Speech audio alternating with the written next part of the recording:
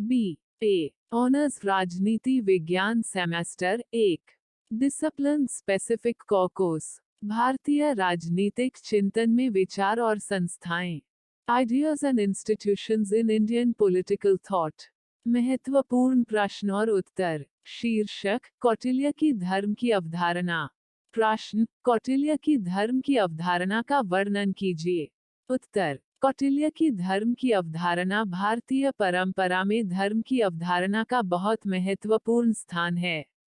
वेदों को धर्म के प्राथमिक स्रोत के रूप में माना जाता है। दो महान महाकाव्य रामायण और महाभारत बहुआयामी धर्म के क्षितिज का अन्वेषण और विस्तार करते हैं। भारतीय दर्शन के प्रमुख शास्त्रों में से एक पूर्व मीमांसा खुले तौर पर कहता है कि धर्म का श्रद्धापूर्ण विचार विमर्श जीवन का मुख्य कारण है। पी वी केन ने कहा, धर्म उन संस्कृत शब्दों में से एक है जो अंग्रेजी या किसी अन्य भाषा में सटीक अनुवाद के सभी प्रयासों को सार्थक बताता है। उस शब्द में कई उतार चढ़ाव हैं। प्रारंभिक वैदिक साहित्य में धर्म रीत जो कि एक नैतिक नियमों का संग्रह है था की अवधारणा के साथ घनिष्ठ रूप से जुड़ा हुआ है। धर्म का अर्थ था लौकिक अध्यादेश और सार्वभौमिक सद्भाव के लिए तैयार रहना। तैत्तिरीय आरण्यक ने घोषणा की कि धर्म वह है जो इस पूरे ब्रह्मांड को बनाए रखता है।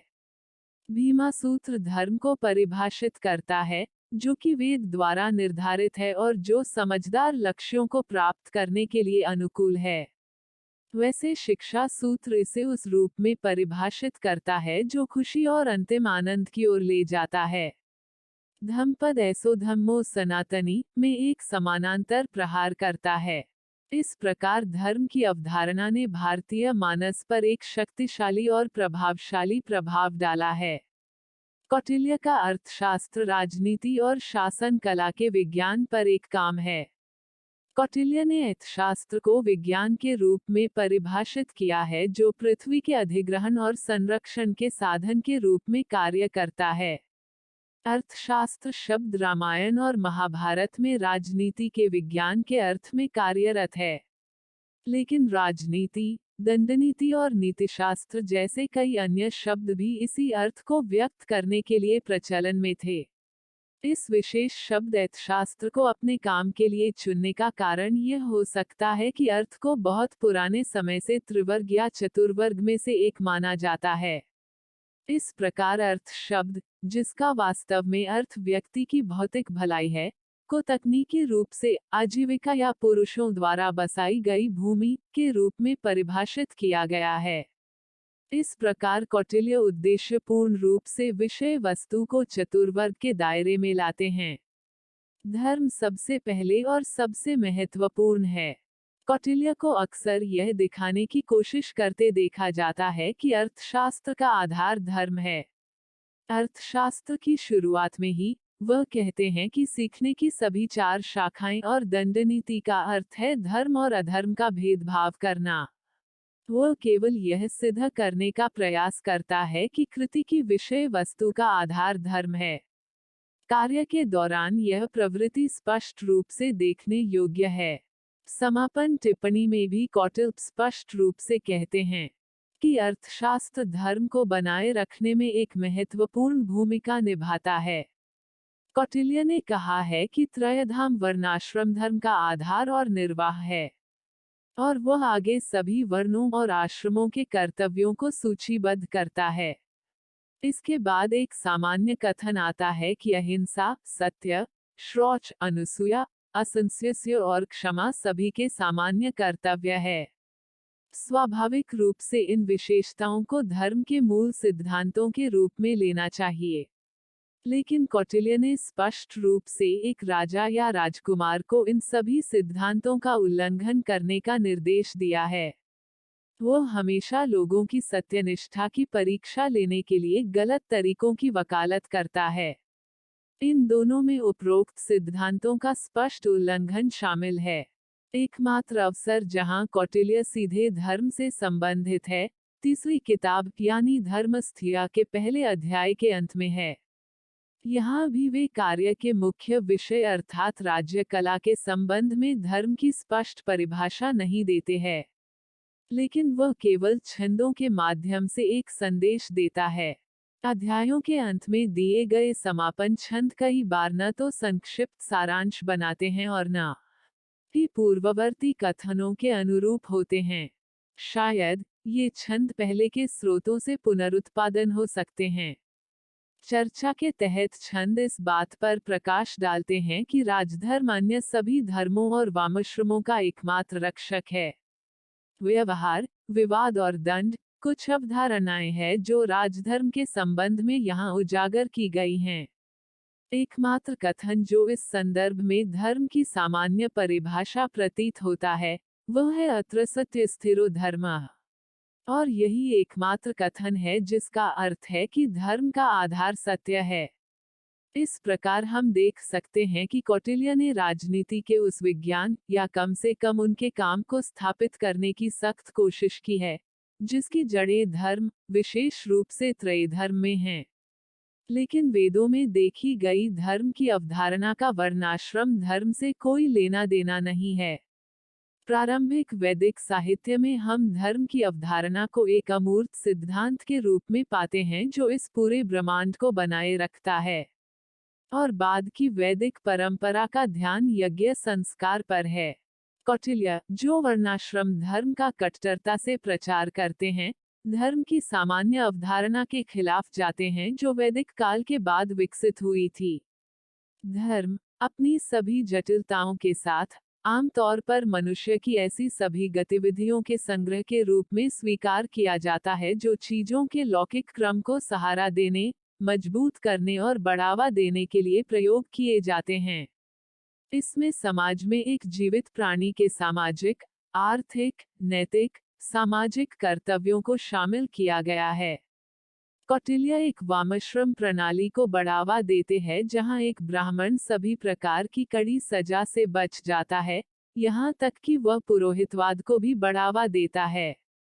जब वह आदेश देता है कि राजा को एक गलत निर्णय के आधार पर सजा के लिए जुर्माने की राशि के 30 गुना के बराबर धन देना होगा, तो उसकी औचित्य और न्याय की भावना को देखकर आश्चर्य होता है। लेकिन यह आश्चर्य और प्रशंसा यह जानकर तिरस्कार में बदल जाती है कि पानी में फेंका गया पैसा वरुण को भेंट के रूप में चढ़ाया जाता है, जबकि अंततः वह ब्राह्मणों की जेब में चला जाता है। कौटिल्य स्पष्ट रूप से योग धर्म के विरुद्ध भी जाते दिखाई देते हैं। वैदिक यज्ञ में दक्षिणा की कल्पना की जाती है, एक अपरिहार्य भाग के रूप में जो ऋषियों के लिए एक श्रद्धेय सम्मान बनाता है। लेकिन कौटिल्य के लिए दक्षिणा और कुछ नहीं बल्कि एक पारिश्रमिक है, जिसका कानूनी बंधन है। संभू समुत्थान प्रकरण में कौटिल्य एक यज्ञ के कई चरणों में कई ऋत्विकों को दक्षिणा के संवितरण की चर्चा करते हैं।